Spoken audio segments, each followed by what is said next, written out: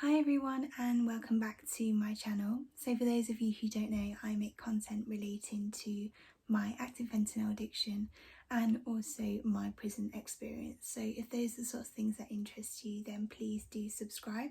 As I'm sure you can tell by the title, this is going to be an update of me coming off of fentanyl, how that's going, where I'm at with it all that sort of thing. I will leave the playlist on the card if you are interested or haven't watched my previous videos on sort of how I got onto fentanyl, how I deal with that, what the addiction means to me, all that sort of thing. But essentially, to summarise, I was in a pretty bad car accident, meaning I was left with chronic and very, very severe back pain. I was prescribed fentanyl after trying lots of different pain relief. And the doctor themselves even said that they weren't aware of what fentanyl was. I should never have been prescribed it. It's essentially the strongest painkiller and it's generally given to those who are on end of life care, not somebody who is an otherwise fit and healthy girl in her early 20s. It was a really, really poor choice from the doctor, and obviously I just trusted her, so I took it, and that was 4 years ago. I have increased the dose 4 or 5 times and obviously ended up addicted to it physically and psychologically as well. So it's not an easy decision to come off of it, but I know that I need to for my own mental and physical well-being, as well as obviously wanting to have children, as I mentioned before. So that's kind of where I'm at. And the plan is to slowly reduce the dose, get to a dose that I'm comfortable with, happy with, and then be ready for the next reduction. And I'm using morphine alongside to help with that as well. So that's kind of a summary of where I'm at up to this point. In my last video, I was just about to get to the point where I was going to start coming off of it. I just agreed with my doctor and it was going to be a couple of weeks following on from that. So we are a few months down the line, maybe 4 months.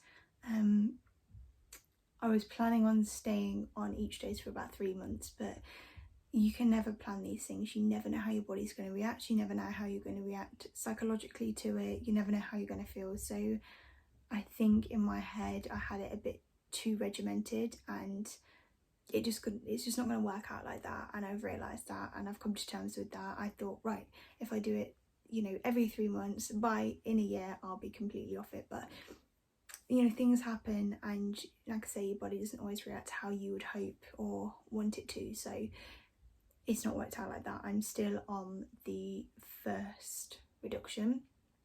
I will be ready, I would imagine, in hopefully around a month to reduce again. But we'll just see where I'm at that time, because like I say, you can never see exactly what's going to happen. So the whole thing has been an absolute whirlwind. It's been a roller coaster of emotion, of everything, and I've had probably every emotion, every feeling throughout this process. I have filmed little bits which I'm going to pop in of how I was feeling at the time, but essentially when it started, in the first possibly 4 days, I felt great. I felt so good. I thought, wow, this is going to be a breeze. This is going to be so easy. I'm not struggling with the pain. I'm not struggling on the addiction side of things. Like, I'm going to be fine. I was feeling a little bit of pain on like the day before that I was due to change. I'd gone down from 50 to 37 micrograms per hour of the patches. So I was feeling a little bit of the pain like a day the evening before I changed my patch, but other than that I was fine. I thought it was a breeze. I felt great, I felt wonderful, and then obviously everything changed. I believe that the 50 was still in my system a little bit, and that's what was helping me lure me into a false sense of security that everything was going to be a lot easier than what it actually was. So after what I thought was a breeze, this happened. So I'm 5 days into my reduction of fentanyl, and I feel awful. I feel so bad. You can probably see the amount I am sweating. It's disgusting. But I feel cold. Everything hurts. Not just my back, but my hair. It hurts. Like, everything hurts. I feel just very, like, cold, fluey. Very anxious and, like, depressed. Mentally, I feel awful. Physically, I feel probably worse. I just want this to be over, and I'm just hoping that it is quickly. On the other side's a bit easier, but this is horrible. I don't know how else to put it, but I literally feel like I'm dying. I know it sounds really dramatic, but I do. I feel so ill. I'm breaking out really badly, as you can probably see as well. Like, my skin's not, like, nothing is reacting well to this. Nothing. I can't eat. I feel like I'm going to throw up. I haven't actually been sick, but I feel like I'm going to throw up. Yeah, everything feels shit. I don't know how else to put it, but I feel so ill. I just want this to stop. I'm looking forward to hopefully this improving, but we'll see. I just don't think I can deal with much more of this. I really don't. And this is just me on a reduction. I can't imagine what it would feel like to be on the full, like, going cold turkey. Awful. And every time I get out of bed, I feel like I'm going to pass out. So I'm just residing here until I feel like I can move or eat or drink. So yeah, really attractive, really flattering snippet of my life at the moment. Just want this to improve. Fingers crossed. So yeah, I was struggling. I was in so much pain. I felt so poorly. Everything was a struggle. Everything.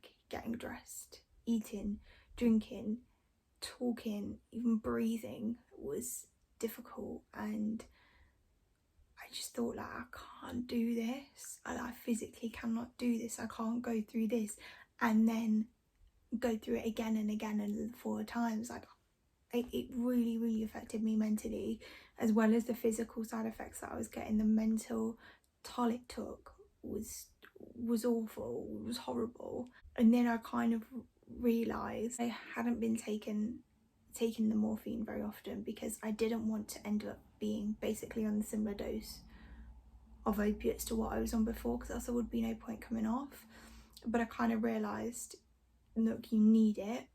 And second of all, because fentanyl was such a strong medication, you're going to need a hell of a lot of morphine to equate to the amount of fentanyl that you are on. So I kind of, like, spoke to my partner about it. I had a really long think about it and thought, no, I need this. It isn't a case of, like, I'm just taking it because of whatever reason. Like, I genuinely need this to get through my daily life. So I started taking it, and I did start to feel a hell of a lot better. The day before was still a bit of a struggle, but I was able to do things again, and I felt a lot better. I felt so much better. I was probably taking, on the day of my patch change, in the morning before it kicked in, I was taking, it was like 5 ml. Essentially, it's a syringe of 5 ml. You pull up, because it's a liquid, you pull up the amount that you need, which I was taking 5 ml, and you just swallow it. So I was having probably 5 ml then. By lunchtime, the patches will kick in, so I don't need any that day.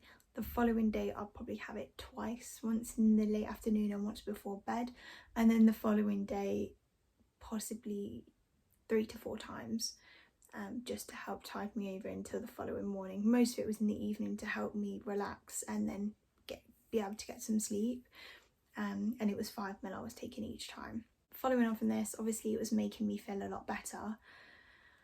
I then got a little bit morphine happy, and at the end of the day this is an addiction that I'm dealing with, and it made me feel nice, it made me feel good, it made me feel like how I wanted to feel, and I was taking probably more than I should have been. Before I was waiting until, okay, I can't concentrate on my work, I'm struggling to shower, I'm struggling to get dressed, I need to take some, whereas I got to the point where the slightest niggle of pain, morphine, just take morphine. And it was getting to like 6, 7, 8 times a day sometimes. And I did justify that with myself for a while because, oh, I need it. But I didn't need it, really. I could have been all right. I could have had it probably half the amount of times that I was taking it. So that probably went on for a couple of weeks, maybe about a month, until I kind of realised, like, you're getting through the morphine so much quicker than you should be. Like, having had the conversation with my doctor, I knew roughly how much I should be getting through. I then moved doctors because of like moving house and things, and moved to a new doctor, and she put my fentanyl on repeat prescription but not the morphine, meaning I had to have an appointment with her every time I needed more morphine, which was a wake-up call for me because that meant she's gonna know. And at that point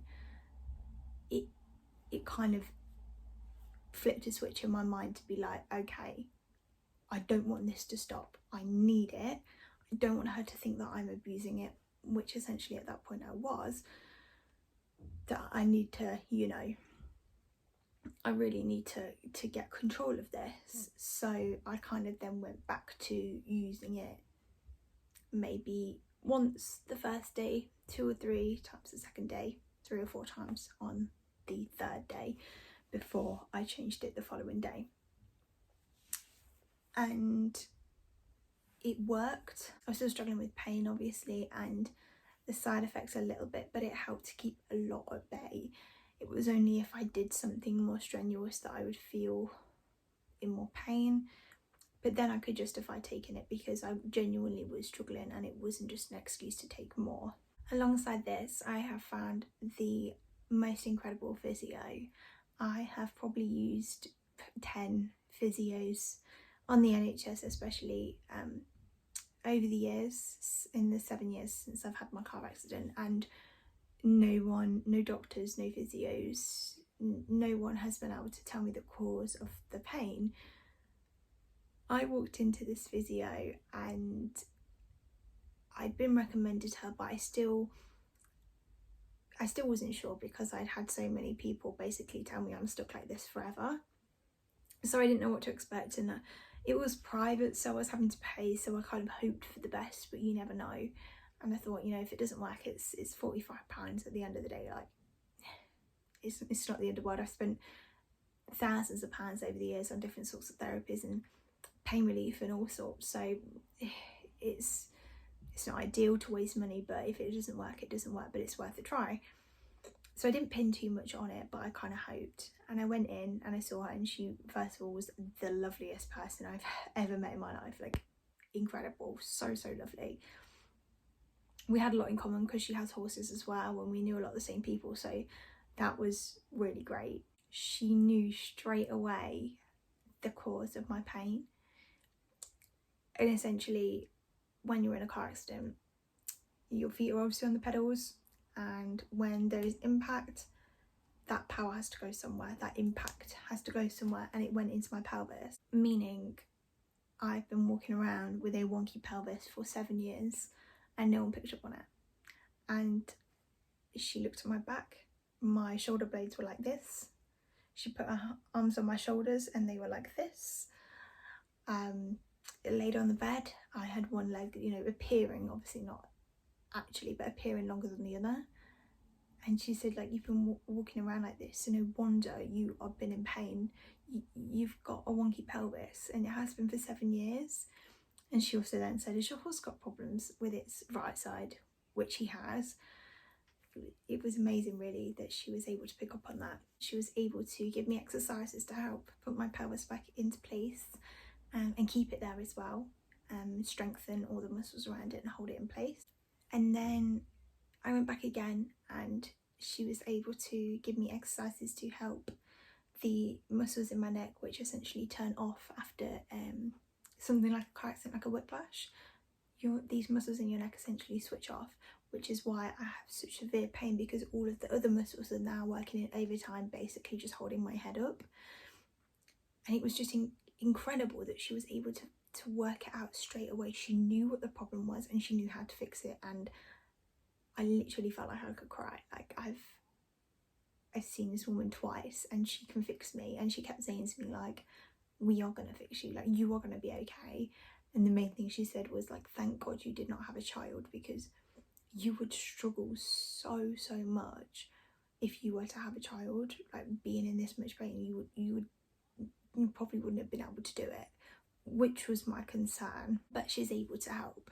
So having that alongside is a massive help, because the pain is obviously half of it, the addiction's half of it. But if I can get the pain under control, then I've only got to deal with the other side. So it's a massive, like, weight off my shoulders. And whilst I'm nowhere near fixed, I struggle a lot still. I definitely feel a hell of a lot better with the pain, and therefore I'm now at the point where I can go 2 days without any morphine. The day before, so today's the day before, and I've had one lot, and it's about 7 p.m. I've had one lot of morphine. I'll take one lot before I go to bed tonight. So it's amazing, really, and it's such an amazing feeling that I'm not stuck like this.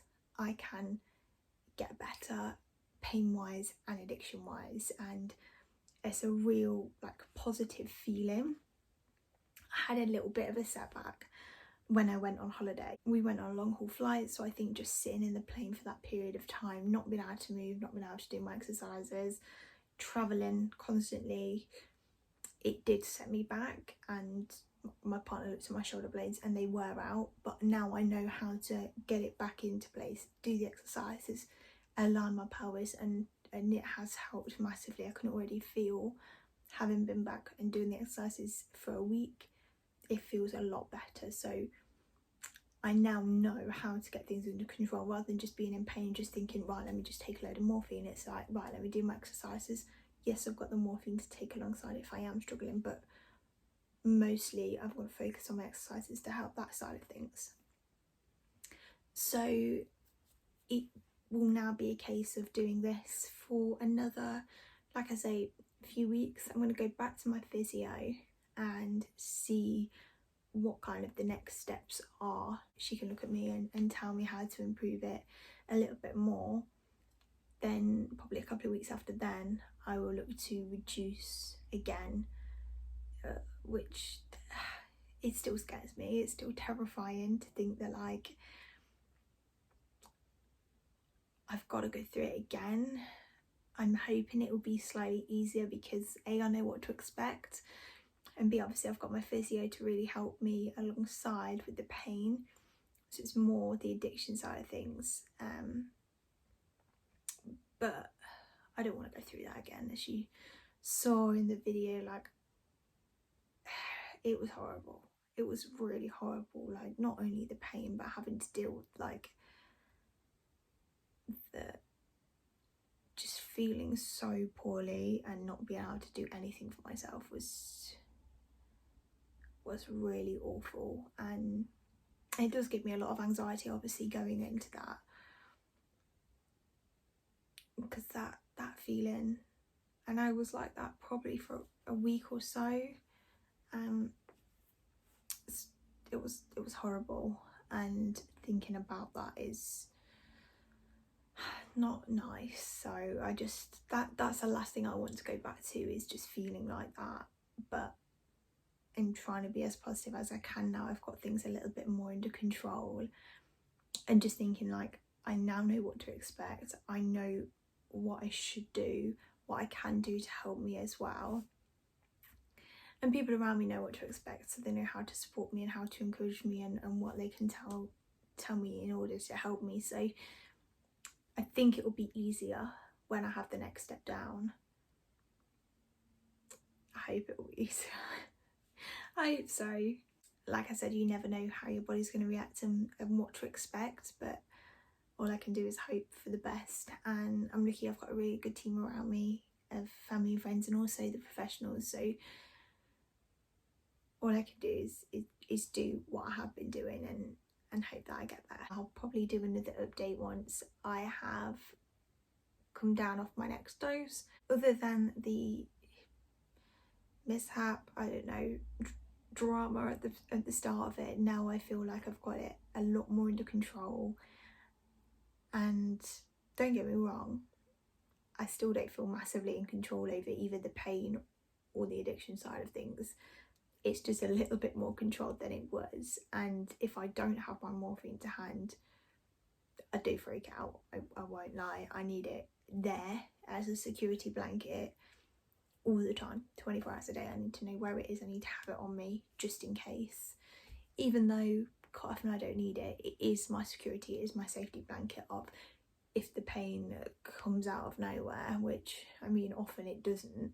Often I know when it's going to come, but if it does, I need to have it. So it's still not completely controlled in that I know exactly what to expect and I know exactly how to control it, but there is a level of control now, and I feel like I'm gaining more control over my life, which is always going to be an amazing feeling. With addiction, you feel so out of control of your life all the time. You feel like everyone else has their shit together and you are the only person, and you have no control. And then coupled with that, you know, your lack of self-esteem and what have you, you just kind of let whatever happen because you kind of don't really care that much, and you just let everything happen, and you feel so out of control. You feel like you can't do anything anyway, so why bother?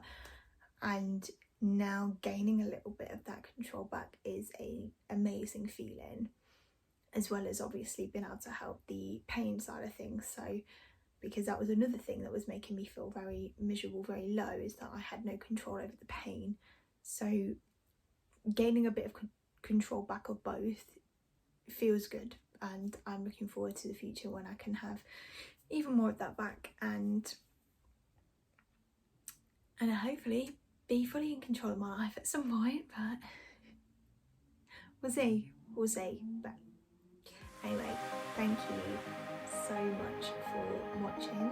Like I said, I'll update you again when it comes to my next reduction, and I look forward to seeing you very soon. Bye.